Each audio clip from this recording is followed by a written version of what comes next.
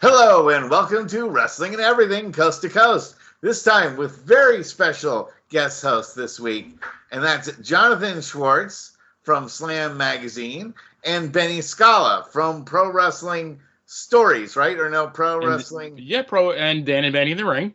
And Dan and Benny in the Ring. But I always get Pro Wrestling Stories and Pro Wrestling. There's another. Pro Wrestling Post. I've written for them as well, so yeah, that's true too. And it is our absolute tremendous honor to be joined by the son and Facebook friend of mine, Travis Orndorff. Thank you so much for being here. I know that you have a busy schedule at times, and it's a Sunday night, and we're all, at least I'm all footballed out from my 49ers gigantic victory over Pittsburgh earlier, and I didn't even know what the hell the Jets were up to today. Are they? Not until tomorrow. That's Monday night. We'll see what Aaron Rodgers does in his debut, and not that this is a football show, but it's the premiere of football today for most of America. So, but I do want to say it's a tremendous honor to have you here, Travis, because your father was one of my all-time favorite wrestlers. I absolutely loved everything your father did in the ring. He was just a sensation. He's maybe, when you talk about what wrestling is all about, your father, Mr. Wonderful, Paul Orndorff, encompassed everything about it when you look at it. I mean, except for wearing a mask, which is one of the things that I'm a big, masked wrestling guy. I don't think your father ever wrestled. Actually, he did come into a match in Pile Drive Hulk Hogan with the Kim Chi mask on, and came out and then revealed it was him underneath the mask. So it was like just for a couple of seconds. Yeah, it might have been a couple of minutes. But just so you know, I'm from living here in Atlanta, and for the rest of the country, football started last weekend. Just so you know, we are in SEC country. College football is the only football. Everything else is secondary. Sure. Here in the Bay, well, soon some of our teams out here in the Bay Area are going to wind up probably in the ACC and SEC, the way the college football is scrambling themselves around. Again, we could do a whole show on that and nothing on that. But we're here in San Francisco. It's much more of a pro town than right. No, I say that just obviously thinking of my father's college career, and I'll say it's I haven't done a podcast in a while just for some personal reasons. So having the opportunity to speak with you guys was an honor of mine. So I'm glad to kind of fly in and fly out of this world every once in a while, and I appreciate the invite. Wonderful. So, Benny, you have like a ton of questions. You've had Travis on your show, correct? Absolutely. One of our better guests. And so, Travis, I want to go back in time and I wish I was a fly on the wall when your dad was at Hiro Matsuda's wrestling school, because, Matsuda was known for, how do you say, maybe like separating the wheat from the chaff. And I have to believe, one of my favorite movies is My Cousin Vinny.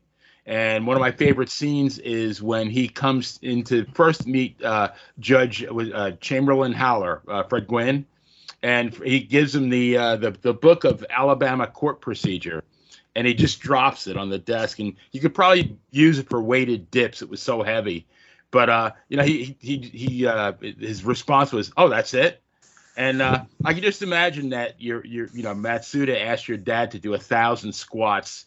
And your dad did 1,000 squats, and then his response was, "What's next?" Well, let me go ahead and I can tell you that story. So, is it okay if I take it just a little bit farther back in time, like maybe a week? Literally seven. Man. We're just here to ask the question. I'm going back 7 days total. After my father got drafted to the Saints, my understanding was, they did a lot of hazing back then, and some of it was like putting on women's dresses and dancing in front of the guys. I mean, it was a tougher world, and being embarrassed was not something my father was ever going to be a fan of or enjoy or embrace. So I know that time was really tough, and then he went over to the World League. And then, he had said his last coach in college had really burned him out. And so my grandfather had worked for MetLife after the war. And so it was, he had gone to work for my grandfather selling insurance. And I don't know exactly what he did, but I do know there was a lot of cold calling and things of that nature back then, and, getting people together. Well, at this point, it's a Saturday morning, and my dad is obviously not doing well, probably about to get fired, or, because of just not having, really that skill set, I don't think at the time, and certainly not the confidence. But he's sitting there with my grandfather, his father-in-law, and he looked at the screen and saw somebody wrestling, and he looked at my grandfather and said, "I could do that." And my grandfather said, "I'll make a call." And within a week, he's sitting there with Hiro Matsuda. And so what's funny is some of this I'm going to say is a little bit of lore of what I've heard. And it's sometimes, if you don't know anything about wrestling, I've come to realize separating from fact from fiction is very, very difficult, because it's somewhere in there. There's 100% truth, but I've seen stories of 10 people in the same room and gotten 12 different versions. I don't even know how you get there. So the numbers don't add up, but I will do the best I can. But to your point, I believe they had my dad come in. It was a Monday morning, and Hiro said, it was Hindu squats. He said, do 1,000 Hindu squats. And so that was something my dad did regularly anyway. Like, he would do, nonstop 1,500. Well, what I was told happened is that day, and you can imagine, number one, my dad is completely motivated because he hates insurance. He's finally getting to be physical. And, if there's one thing that is both our salvation and our curse, is if you give me, my father, the opportunity to prove ourselves, we will do it to a point of hurting ourselves, just to be able to say, I told you so, but kind of fulfill that expectation of proving ourselves. It's where we find our value in many ways. So my understanding is Dad when he did his Hindu squats, he would actually leap forward about a foot. And then he would, so he was constantly actually doing leaping Hindu squats. And my understanding is he went and did not stop. And finally, over 2,000, I've heard as high as 2,500. Hiro finally said, "Okay, you can stop." Now, that wasn't the end of that exercise, if you will, but it was the end of that day's version of it. But my understanding is, when he did that, the entire room just stopped at some point, because I don't think he was looking at anybody, and he just kept going. And so, how many did he get up to? I don't know. I don't have the factual number, but it would not shock me if he did over 2,500 without stopping, because I've heard that number from other people before. And his physique, you believe it when you saw how incredibly amazing shape he was in, and the high energy he always put into every match. And he never phoned it in. He was always giving 100%. Jonathan, do you have some questions for our guest tonight? So with apologies to Benny, I'm going to leap ahead considerably in the timeline, if that's okay. One thing that I've always wondered is, Paul Orndorff had that amazing early mid-'80s WWF run, main eventing against Hulk Hogan on multiple loops. One of the first superstars that I'm aware of who they really were able to slot in whatever role they needed him, where he would go from heel to face at a time where if you had one run in one capacity, it was a lot on that stage.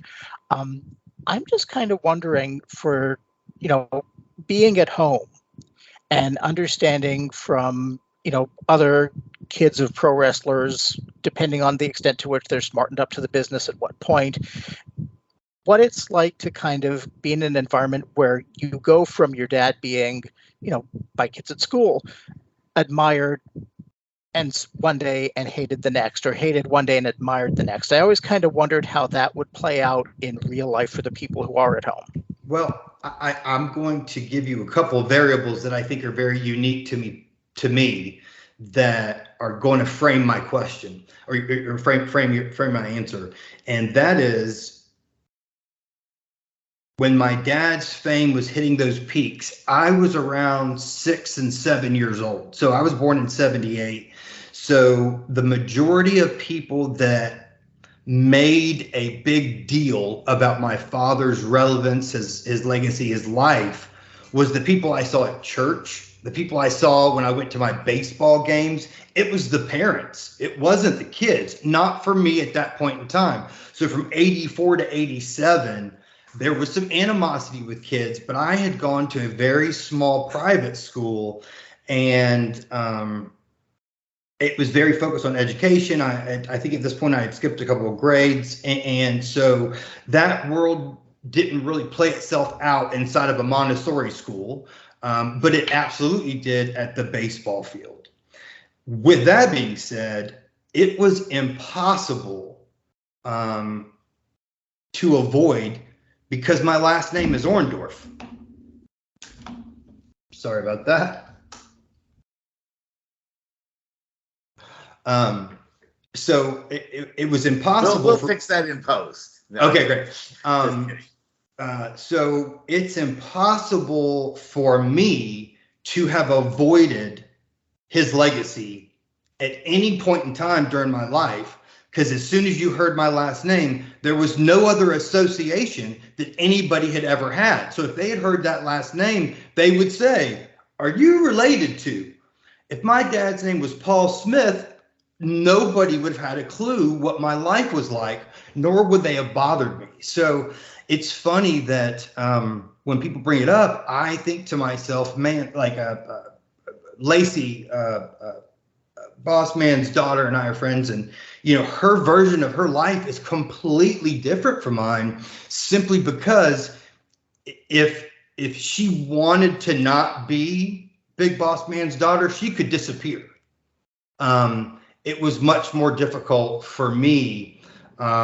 So there was an elevated expectation, or at least I felt it. I know I heard it a lot, but you would be surprised how many times, like a 40-year-old looks at you when you're 6 or 7 years old and almost set the expectation you're going to follow in your father's footsteps, and my dad's footsteps were only a size 12. But the rest of them was very, very large. So I wasn't worried about his shoes getting filled. It was everything else.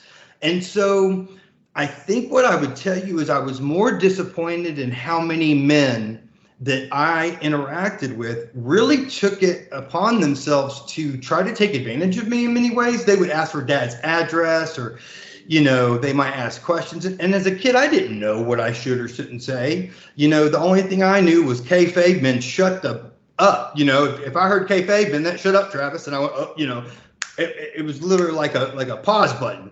But I would tell you that being around those adults and having those expectations, or I'm hearing those questions, it's kind of that expectation you're going to physically turn into something that is unattainable for 99.99+% of everybody that's ever lived, and somehow you at 7 or 6 are going to be able to achieve this.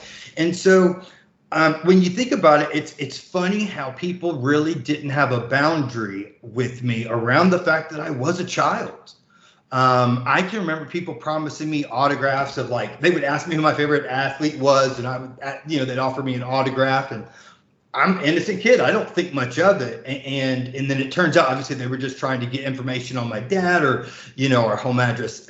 We were always unlisted back in the day that you enlisted yourself. So, growing up with it, it was so unique. And one of my best friends, his name's Craig, him and I have had this conversation. I will tell you, I learned how to become two different people, almost to the point that I lost track of which one I was. There was Paul Orndorff's son, and then there was Travis. Travis was really hard to live and be. Travis was hard to exist as. Being my dad's son was easy because it didn't point out anything about me. All I had to do was talk about how much I loved dad, and everybody already agreed with it. And by the way, it was true. So as you start to go up through life, my identity got lost in Paul Orndorff's son for many, many, many years. And it didn't come from the kids I grew up with. It came from the adults I was around. And in many ways, in a very vulnerable and naive, position. So I say that to say, the expectations that came out of that got put on me, I don't know that I blame anybody else, because my dad felt the same way. It might have come through that. I'm not pointing a finger, but I will tell you, it was very, very hard to figure out how to be me and happy when there was the idea I had to be him and something else, right? Oh, that's fascinating, Travis. I mean, we've had a lot of children from wrestlers on the show over the years, and that's a very unique perspective, but well thought out, and certainly something that I can see brings a lot of emotion within you, and that's because that's Evan Ginsberg, who's also been on the show, he was also a host of the show. And it's guest star every once in a while. He interviewed your dad for 350 days. And unfortunately, it was towards the end. He was not looking so great, which was, another story for another time, I think. I don't even want to get into, the end for him, because it was, I think, even for all of us who were fans of his, it was heart-wrenching. Well, what I'll tell you is you don't know the whole story. No, and that has been by choice, not because, and I'll say this, not by my choice at times, though I am grateful that I haven't gone any further into what people assume about me or the situation. But my father made me make him a promise a long time ago to not embarrass people. So the end was beyond difficult, and I appreciate and respect that you give me that space. But what I'll tell you is there's no perfect way to end your life in any capacity. And when you love somebody as much as you do your parents, what you think you're going to be sad at the end, and that's going to be the trauma. But the trauma is the relief you have that they're not in pain. And that's a weird thing to live with. So, I lost my. anyway. I'm sorry about that. Didn't want to get. You're good. Let's try to. Good. Let me think of something more positive, which is the pile driver. Okay. The pile driver is probably your dad's version of it. And there's thousands of guys who've done pile drivers, but your dad did the greatest pile driver in the business. I still show it to people when I want to show somebody what the dictionary definition of a pile driver is. Always your dad. Always your dad's version. How proud was he that he used that as his finisher? And really, I don't think a lot of guys have used it correctly as a finisher since he stopped doing his version. Well, a couple things. Number one, I never called it a pile driver. Maybe I'm a stupid one. I always called it his leaping pile driver. I always thought that was That's what I thought the name was too. I really have, it wasn't till, listen, I kind of stayed out of the wrestling world. It's got a really voodoo vibe sometimes. And I saw good and bad, and my dad, truly wanted to keep me out of it. And that wasn't hard because of the industry I worked in. But I assumed people called his pile driver something completely different than everybody else's, because I've never seen anybody do what my dad does. Man, I'm not taking away from what they do. I'm not saying the other ones aren't good. I'm saying my dad's always was something totally unique to him that nobody could absolutely duplicate, which goes back to that place where he was. Dad always knew and has always said, the foundation of your body was your legs. And his legs were like he did legs every time he went into the gym. I don't think people know that, but every time he went to the gym, he would do either leg extensions or hamstring curls, or he did calves, almost every time. Like, there was just certain things. He was always doing legs. Leg day was every day in some capacity. So I think that work ethic and his hips and all, like, the things you have to do a Hindu squat around your hips and your pelvic area, your actual core of your body, not your abs, but your core, and then his hamstrings and everything around, they were like tree trunks. So he had the ability from doing all those exercises to still get off the floor when he was holding different individuals. But he was two things that I think have always differentiated my dad in the ring based on my experience of watching wrestling, based on everybody else's stories. Because most of the stories I know about guys getting hurt were always when somebody else was either hungover or high. It was always, on the road, X amount of days, too many of this. Dad's arm got hurt that way, as I understand it. But my dad, as I understand it, and we've had some very, very honest conversations, I don't know of my time my dad ever went into the ring drunk or hungover. He had complete awareness.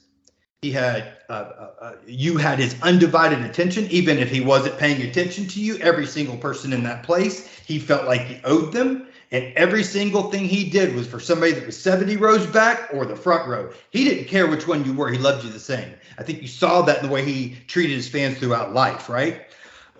So his pile driver is completely separated in every capacity. And anybody that thinks different, I would have to have, I don't get it. Like, the tombstone is the Undertaker's, right? So that's his unique way of doing it. But yeah, his strength and his agility, his sobriety, and his ability to understand what his job was made those guys safe to do it because he could hold them in place. And then second, he knew when he moved his legs how much to move them so they didn't hit a certain way. There was guys he didn't leap with that were tiny. If you ever watch, he didn't, like, he would leap, but he didn't. You can see him in multiple ways adjust his pile driver for that individual. It doesn't look the same every time either. And he told me that was something he did intentionally based on how that person either straightened or moved. And his last injury was doing the pile driver, and the individual he was doing it to stiffened up, and he moved so he didn't hit his neck. And then Dad ended up breaking his neck because he adjusted his body. So that's the full answer to that pile driver, is from beginning to end, he did it different, but the way he did it also broke his neck. And that's what ultimately retired him permanently from wrestling. Wow, I never knew the story. Benny, you got some more questions. You got a hand. Yeah, I want to go back a little bit, and I want to just to make a point here that your dad broke in, for all intents and purposes, right around mid-'76, wrestling in Florida. But by the mid-April of '77, he's wrestling in Memphis, which in my mind was one of the premier territories as far as the quality of the wrestling and the storylines. And within 6 weeks, I think it was May 29th, 1977, he beats Jerry Lawler. And when you said the pile driver, that's the other person. When they ask who the king of pile drivers is, although I don't think there's any comparison. I think your dad is one, and Lawler's a very distant number two. But he beat him for the Southern Heavyweight Championship before a sold-out crowd at the Mid-South Coliseum. And I mean, your dad's in the business for like 10 months, and he's beating one of the greatest territory wrestlers in the country and winning one of the most prestigious territory titles in the country. And Jerry Jarrett. You already beat me to it. That's what I was going to say. Do you know who Jerry Jarrett is? Yeah, he didn't mess around. He wasn't going to put a belt on somebody unless he knew that they were going to draw some money. So, and I wrote down in my mind, Jarrett was the Montreal Expos of promoters. I don't know if you remember the Montreal Expos. They get all these great players, but then when it came time for free agency, they either couldn't or wouldn't pay him. And I'm thinking maybe your dad was one of those people that he liked wrestling there, but I heard the pay was pretty awful. So the pay was bad. The best part of this, I'm so glad you actually asked this, Benny. I got to have this conversation with Jerry Jarrett last year. Wow. So, yes. So I was like, when you started talking, I was like, there's no way he's going to ask that, knowing that. So let me just start with, if you ever go back and look at my dad's hair prior to Memphis, he did not have that down the middle part. He got that from Jerry Jarrett. I will bet every dime I have that I looked at it. I was looking at Jerry and I went, oh my God, that's where my dad got his hair from. Because, you know, people get certain styles. He never had it. It was always parted on the side. You can see it throughout college. It was only when he started wrestling with Jerry that he changed his haircut. And the only reason I figured out is because I was sitting next to Jerry and I saw a picture of Jerry with my dad, like way back, and I went, oh my, like it was like the sun, there were clouds had parted. There was just like an epiphany, right? So the story that Jerry told me that day was, you know, Dad was working for, he was working as a mid-card for Watts, right? And Jerry was watching him, and basically Jerry said, he walked up and said, you are wasting the most talented person you have on your roster.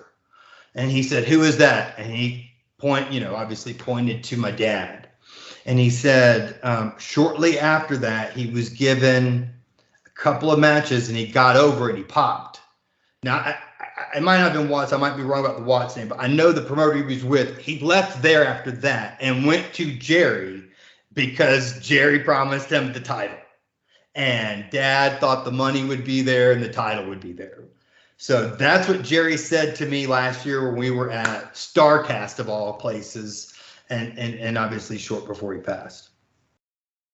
So, Jonathan, why don't I turn it back to you, and you can ask another one of your fabulous deep thought questions. Nothing too emotional, though. We don't want to make Travis afraid of coming back on the program again. I'll try not to.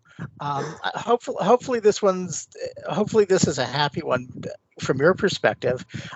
So Mr. Wonderful leaves WWF in 1988, and then he doesn't resurface for a couple of years until he turns up in WCW, has a really great run with Paul Roma as tag team champions, goes on to work with the next generation of talent at the power plant, has Frank, I don't know how he might have felt about it, but an entertaining and kind of silly angle with Psychic Gary Spivey along the way, which I have to tell you kind of opened up a different side to the Mr. Wonderful, really intense, super athlete, take no BS character that we've been seeing to that point.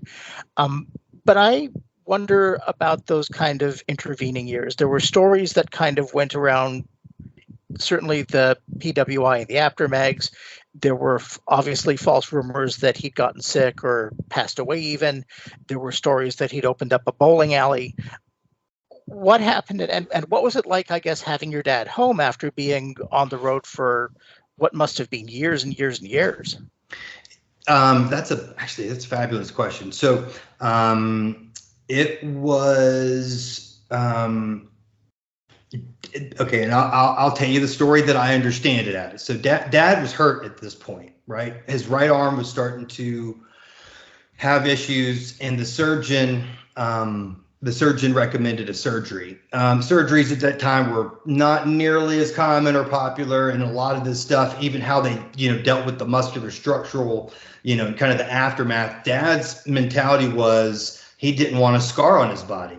And I mean, he was to him, that scar was, you were literally tearing down everything he had ever built in his life. You were taking away his identity if you put a scar on his body.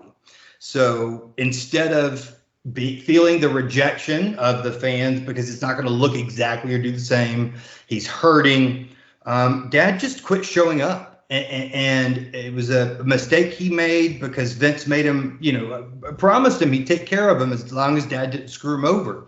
And Dad, out of fear, pain, rejection, whatever, quit showing up. He had already been in the process of starting a bowling center, and he had become a Christian, a couple years prior. So there was a lot of conflict that he was dealing with from his faith and his lifestyle, and that, man, you guys just don't know what it's like on the road. I'm telling you, you just don't know what it's like. Good and bad, and most of it's bad, especially for that many days in a row with people that aren't necessarily mentally healthy at the highest levels. So Dad gets hurt. He opens the bowling center, and it was a very odd experience. So, it was the first time Dad took me to school. And I went to school near the airport here in Atlanta in College Park. And so it was about a 35-minute drive. But Dad, when he was home, he drove me to school, picked me up from school. And because of the distance and because of the different things that happened, and even when he would do some independent shows at that point, right? I got to be with him all the time. And it was probably, for me at least, the absolute best years we ever had together, because I think it was the happiest he really was in what he was doing and trying to accomplish during that period when he walked away from wrestling. I think wrestling had worn him out mentally, physically. Obviously he was hurt, and I'm not saying his heart wasn't in it, because I think it was. But when your body won't do what you want it to, it's hard to bring your whole heart or feel like you're getting the whole heart of the people back, because I think he was so afraid to disappoint. But I did have those experiences. We did do a little bit of hunting, fishing, and I got to see a side of my dad most people would not believe, which is this sensitive, humble, tender-hearted. Granted, when he came to my baseball games, which he's now all at, and during my freshman year in high school, and he'd pull up in the back of his truck and put a picnic chair from our backyard in the back. He'd take off his shirt and he'd be tanning while watching my baseball game, right? So there's this weird intermix of my dad is still Mr. Wonderful, even if he had retired. But I got to spend 3 weeks with him in Australia and travel with him when I was 13. And they're just story after story of all that time that when Dad was home, it's not like he was out doing anything other than trying to spend time with me and the rest of the family. He was home. He was out. He wasn't going to different places in the country. And if he did wrestle, he generally brought me with him. So those were, without question, some of the most fun years. And maybe not the most stories I ever heard, but it certainly created a relationship where we had that time together. That's when I knew was a good time for me to ask questions. And as I got older, he got more comfortable with some of the more prying questions I would ask. It was like that till much later in life, where we had kind of figured out we knew everything we needed to know. But even on my 21st birthday, I had to beg him to take me to drink a beer.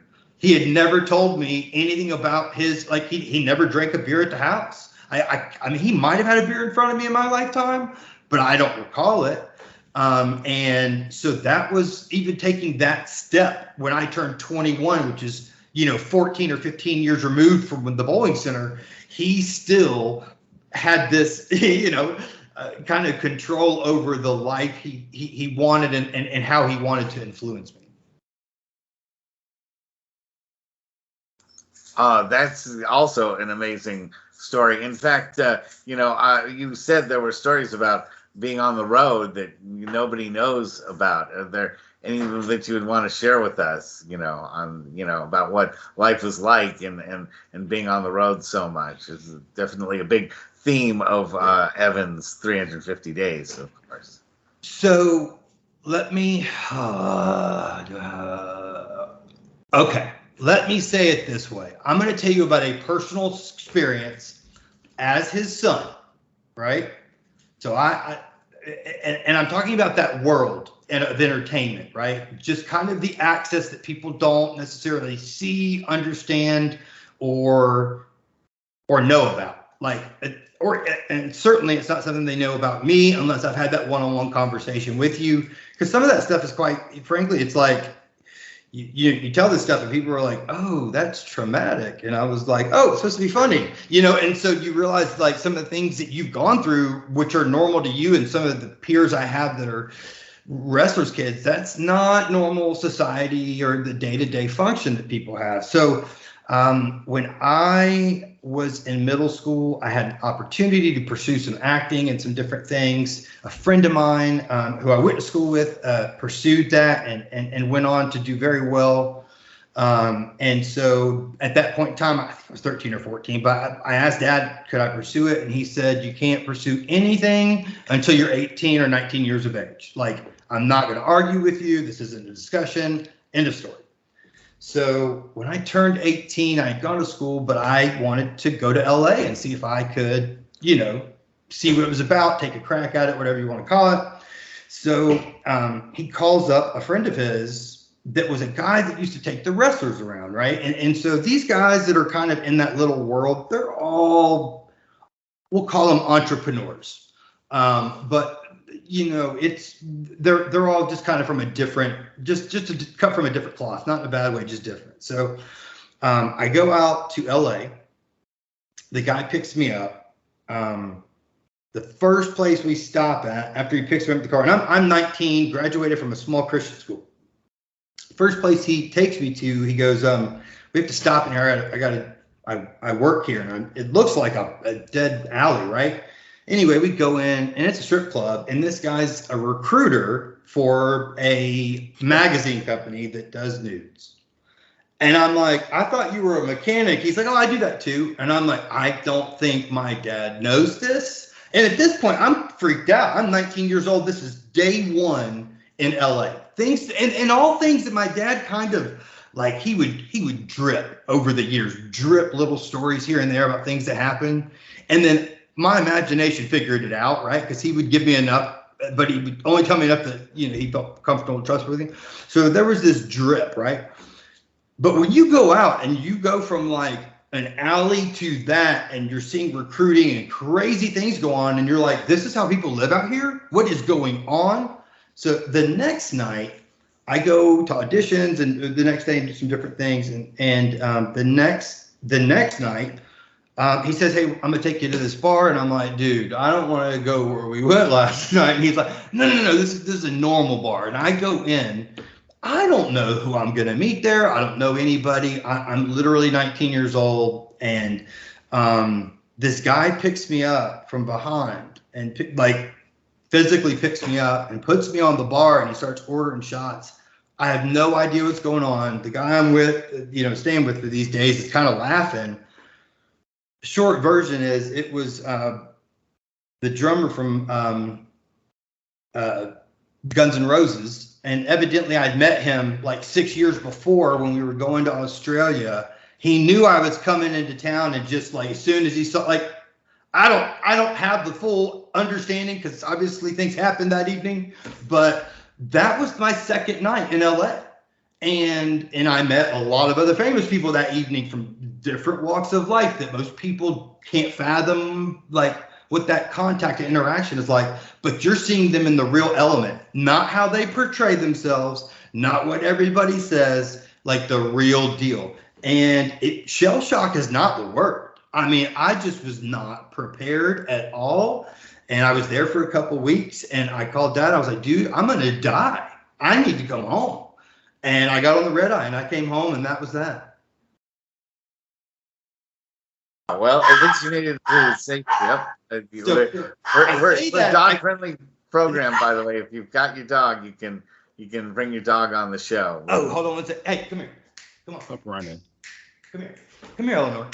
So, so I say that to say that, like, as the kid of a wrestler, this is Eleanor. Oh, adorable. She's a miniature dachshund.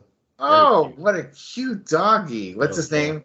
Her name's Eleanor. Eleanor. What a cute little dog. She's my sweetheart. So I say that, like from that wrestling world, the access and the things that you have available to you are not, number one, they're not things you want to repeat. Like, like people are like, do you have stories? I'm like, I'm embarrassed. Like those aren't, I get that they're entertaining, but you have to understand that rocked my world at 19 to be exposed to that, good or bad, whatever. I mean, it had an impact. And so when I have these different conversations with people, I'm surprised how many times I have to kind of reflect and think, oh, that wasn't healthy. That's not what normal people deal with. My baseline for crazy might be a little bit different than everybody else's. And, you know, being inside of wrestling, and, you know, there's the side that I learned how to drive a 3 on the tree on Steve Austin's truck when he went over to his house when I was 15 years old. There's the interactions I had with Rick Rude when, you know, he gave me his keys one time because he had brought it down, the Jaguar, and we all got to ride in it, but he let me drive it. And, you know, Rick Steiner came up. I mean, and my interactions with them would be no different than with one of your dad's buddies. Like, you're there, they're cool, but it's not like you're going to go have dinner with them later on or anything like that. There's just a kind of a healthy relationship that they're your kid. And they did look out for me, like at those times, you know, telling stories, funny stories about dad and different things. So there was absolutely a relational level. But I have the version of wrestling that happened when I was in my dad's truck. And then I have the version of wrestling when I lived it in the rest of the world at WrestleMania 30 and seeing it from that perspective, from, you know, from all those different angles, from going into it or thinking I wanted to pursue it personally, as well as dad telling me, hey, let me tell you what this life is like. And I genuinely am grateful at many times that my father was such the man he was, because, you know, some of the legacy things that follow other people didn't follow him, which means I didn't have to deal with that either, right? I didn't have to explain. Like, if anything I had to explain was why I was so small in comparison to dad, not why dad did what he did, right? So I'll end with this and say the traumatic part of that life, of living that life, never goes away until you figure out that what you experienced in many cases wasn't okay, even if it was acceptable in that environment. Fascinating. So we have another time for another round of questions. One from Benny and one from Jonathan, and then, you know, I want to find out about you, Travis, and what Sure. you're doing too, and any plugs that you have. But Benny, why don't I throw it back over to you? Sure. So, Travis, I heard something today that I had never heard before. I was actually, in preparation for this interview, I was listening to a portion of a shoot interview from Greg Valentine. And besides the obvious love and affection he had for your dad, or has for your dad, he was asked by the interviewer if your dad was considered as a backup for Andre for WrestleMania 3 in case Andre's health gave out. And Greg didn't know the answer to that, and I just want to have you ever heard that? And I mean, honestly, as a fan, I think that would have worked great. So Herb Abrams one time, I wonder how many people get to say that in their life. Herb Abrams one time was telling me a story about when he was supposed to, Andre was supposed to sign with the UWF. In those early years, and Andre made the comment, you know, he doesn't sign contracts, he shakes hands. And so my understanding was that dad, they weren't positive. Sorry, my battery's getting low. I need to put this on. Okay. So when the opportunity came and that was then happening, my understanding was that Andre, they never could count on him. He would never say, I'll do it. They didn't know literally till the time that Terry went to pick him up if Andre was going to go along with it. So I think there was a lot of desperation and fear around that outcome. My understanding is dad was placed as the backup, even potentially as, and I don't know how true this is, but even potentially as a way to thwart if something went bad in that match. I have never gotten any proof of that. I have, like, that is partially what I've heard from people kind of inside that world. and that they just didn't know what Andre was going to do. And so it would have worked with my dad very easily. And what you have to remember about that period of time that was so unique is how limited the shows were accessibly. Like they were still running it like a territory. Like they wrestled all over Connecticut, New Jersey, all those. He might wrestle Hulk Hogan 6 times and have the same match over and over. Even during those early years of WWF, that world was still existing, right? So Dad's name and recognition was there, but let's not kid ourselves.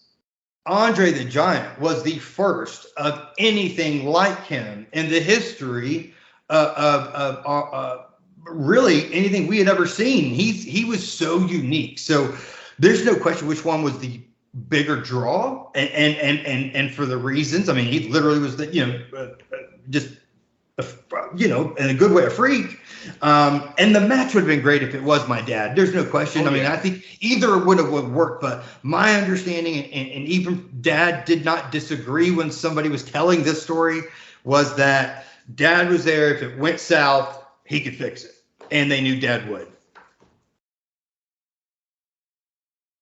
So, Jonathan, why don't we have you give your final one to him? Because again, I want to leave Travis enough time to. Plus, I have one other very small question I want to ask Travis, but I want you to get in. Yours are always on like this level, and I've got something a lot more surface level. Oh, I apologize. I don't mean to get philosophical. These are things that I've been thinking that this is one of the top 5 interviews I've ever done. I was going to tell you after the show, but from what you've already told me, you've said stuff that I don't think we've ever had on the show, and it's been fascinating so far. But Jonathan, I'm sure you have another inquiring mind question.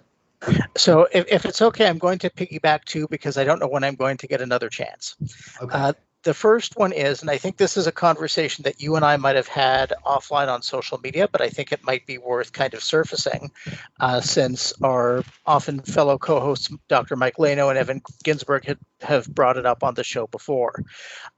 At one point, your dad winds up working for a short-lived federation called the AWF, which was run by ultimately hapless promoter Gordon Scazzari.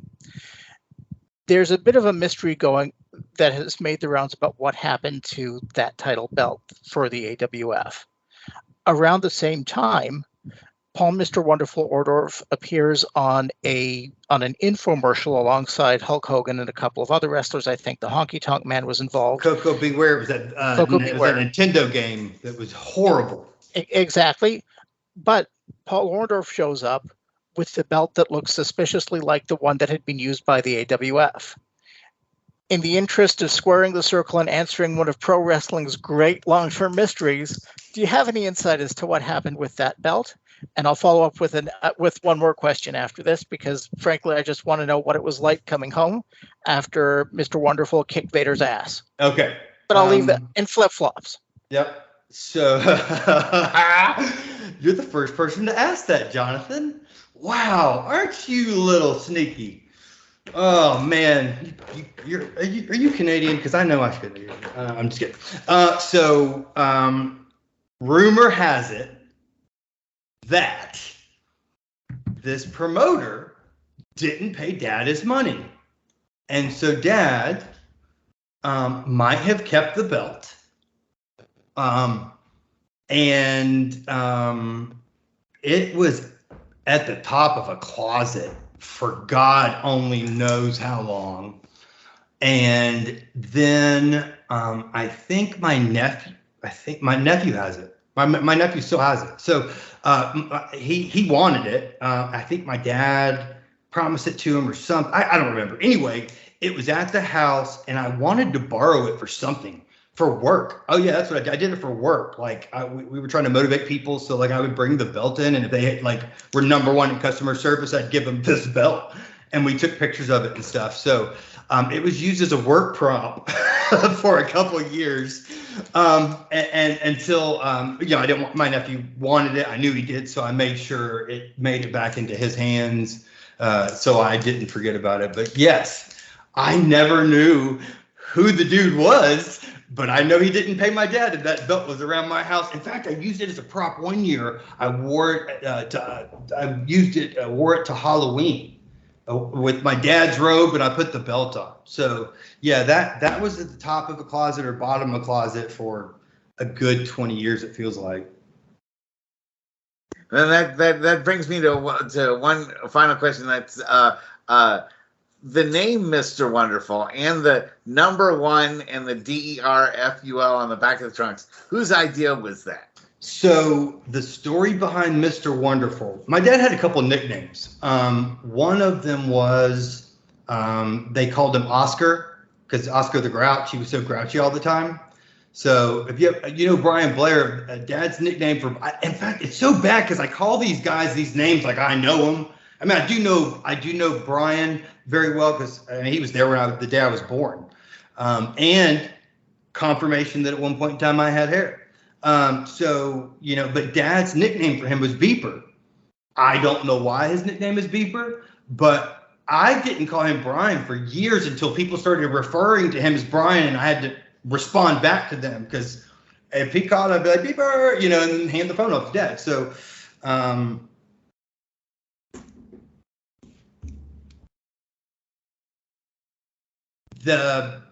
in the early 80s, like 81, as Dad was coming, because I have the Orndorff robes that he wore that just say Orndorff on the back, except for one of the red ones that got destroyed. But he was still wearing that robe, that red with the black, which just said Orndorff on the back. And there's a picture of him with Piper. And so the Mr. Wonderful, my understanding is that Afa and Sika coined the name Mr. Wonderful, and names. They came up with the name for Dad as they were just trying to sit in there thinking about it. My mom came up with the number Wonderful. So that was, and I don't remember, there was a reason why they did it, but I can't remember what it was in particular. But, there was so many people involved with that process. And I don't mean people like, there was entertainer, people in the back doing studio stuff. We're talking about, in my opinion, arguably the most underrated and unheard of name in wrestling that deserves to be in the Hall of Fame of every wrestling thing that has ever existed is Olivia, who made those robes. How she is not the most recognized name for all of those robes with, she was married to Mr. Wrestling too, so there was that collaboration with Olivia, who was completely open and kind of understood that glamour and glitz of that world. Now, keep in mind, they go from territories to where as Dad's walking into the ring, so is Liberace. So they brought entertainment and made wrestling entertainment with that kind of flair and things that, it's every day that they throw fireworks. They didn't do that back then. Liberace was the fireworks when he came in for WrestleMania 1. Muhammad Ali was the fireworks as himself. So that pageantry and all those things, Olivia brought the heart out of those gimmicks and put them in the attire. And so between Apasika, Mom, and Olivia, they put all of those things together, and Dad just went out and did what Dad did, which is, rocking and rolling, huffing and puffing and kicking and getting. He didn't stop. And so Mr. Wonderful fit him. And I think it was easy for him to embrace because he was so proud of his body. That's fantastic. So why don't you tell the fans what you're up to now? And then if people want to get a hold of you on social media, I know you've had some physical setbacks recently, but you seem fine now, or at least you look good to me from Skype. Well, it's funny. If you don't mind my sharing, I'll share a couple of things just because they have been pretty evident. There is a term for that, Russell. and I'm just now getting to the point I'm pretty comfortable with this. I'm on my 7th surgery in the last 11 years. And so people will see me and go, Travis, you look great. I suffer from chronic pain. My right arm was actually injured a little bit worse than Dad's. I don't know if you can see. Ugh. So I had my bicep came off, my tricep twisted over the bone. I won't go any further. Anyway, I have had shoulder, hand, wrist, 2 backs, a stomach, and I'm about to have one on my neck. Yeah, so I unfortunately had a really bad injury a decade ago, and it just kind of compiled up. And then last year, we'll just say my core gave out. I'm fortunate that I had this injury. So I broke my arm. I'll tell y'all real quick since I know so I broke my arm in 2013, but I already had an umbilical hernia surgery because something tore in my abs 2 years from before while I was working out. So then when I was working out, I had a bicep tear, and the next day I threw a softball. When I did, the bicep came off, the tricep twisted over the bone, the humerus bone, the head stayed in, and it ripped the rotator cuff and labrum. But it spiral fractured, and the bone fragments went through my radial nerve. So it left me paralyzed from the shoulder down. And I had 50 staples and a plate. And so they said I wouldn't get my bicep back. And then a couple of years later, because I had wrist drop, so my hand just hung. So they actually moved all my finger tendons over to there. So my whole hand works up like this, but it doesn't work up top. Oh, my God. So do you still play guitar? Yeah, I mean, I have the picks I have because my hand is paralyzed mostly, like at the whole top. They clip on my thumb, so I my left hand. I had to learn how to be left-handed, so I can't really do it great. But wow. And then so I had a back surgery in 2018, and then in last year I started having anxiety attacks. I didn't know what was wrong with me, and it turned out that I had a bunch of nerve damage in my spine. From the last surgery that didn't heal, and my body just wasn't processing the pain signal. So I ended up having a spinal fusion in January. And but I am on disability from Bank of America. So I'm luckily, like, if I can heal in the next 3 years, I'm good. But yeah, that's kind of like what I was saying. That's why I'm kind of low key for the last 6 months and stuff, has just been dealing with all that BS. Well, that's a tremendous amount of courage for you to go through all that. And I lost 55 pounds last year before the fusion because they said if I didn't, I would never walk again. So I got down to like 3% body fat. Wow, that's. I'm absolutely shredded. Like, I kid you not, like Rick Rude shredded. Well, maybe that's, your dad was a inspiration for that. You do some of those workout routines. Yeah, there's no doubt. We definitely have an intensity level. So let's kind of circle back. You can finish up with whatever question you want to ask. I don't know that I've done that path, and I'll go wherever it goes.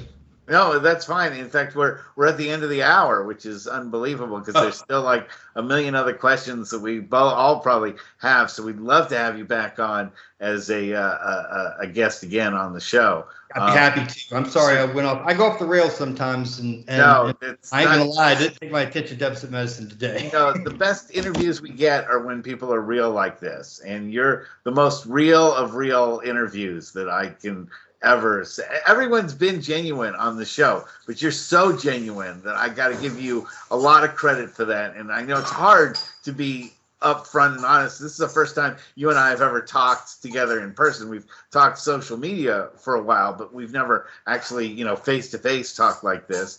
And you're very open, man. And I would be, I wish I could hang out with you all evening and hear even more stories and all this from you. But, unfortunately, I don't want to take from your time. And I know it's late on your side of the globe. So it all works out, man. Yeah, so tell other fans how they can get a hold of you through social media or however you'd like to be in contact with them, and then we'll wrap things up.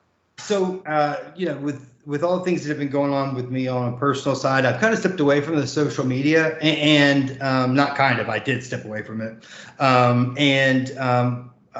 Tyler Elenick, who is a man, he's like a brother. He's a friend.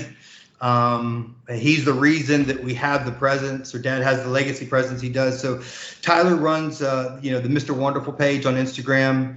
Also the I guess it's X now, but Twitter. It's PAU1 Orndorff. And we have Paul Orndorff, Mr. Wonderful Official on Facebook. And Tyler runs those on a daily basis. And depending on what's going on, every once in a while, he'll shoot me a picture or something and go, hey, go respond to this. He knows what I like to respond to, which is usually like fans that have a good story, or an individual that remembers something. So he keeps me grounded and available, and it's always good to have an opportunity to interact with people. But also it's been nice to be able to kind of hand off my dad's legacy to somebody else and not have to carry that, that burden right now. And so I'm so grateful for Tyler and everything he's doing. And, I do have a couple of personal pages on social media, but in all transparency, I really do it just to interact with people and to actually try to connect. So it's very rarely that I'll throw something on my post, and it's more likely that I'll instant message somebody that looks like maybe they're going through a rough time, or they're in pain, or they're hurting and just need to be heard. So my interactions on social media are typically nothing but the intent to either encourage, inspire, motivate, and also to be a place where I'm vulnerable to those that might need it and need to know, what it's like. That even though my father is who he is, that I have those same struggles individually with relationships and that. So that was what I enjoyed about doing the legacy pages originally. And then when I decided to step away from my health, I've continued to interact with those fans at a personal and individual level, just at a much smaller capacity. But I'm rebuilding. So with any luck in the next few years, I'll be bringing my own project to the world. And, again, thank you so much for bringing me on and giving me the opportunity to talk about my father and my life. Well, thank you so much. You've really been an amazing interview, and we really appreciate it so much. Thanks to Benny for coming out here and throwing a few questions out your way, and Jonathan getting some questions that we always wanted to know what happened to the AWF belt. So, I didn't even know about the AWF, so I'm glad that you brought that up. And was that Jonathan? Were they wrestling in Guam? Do you remember that?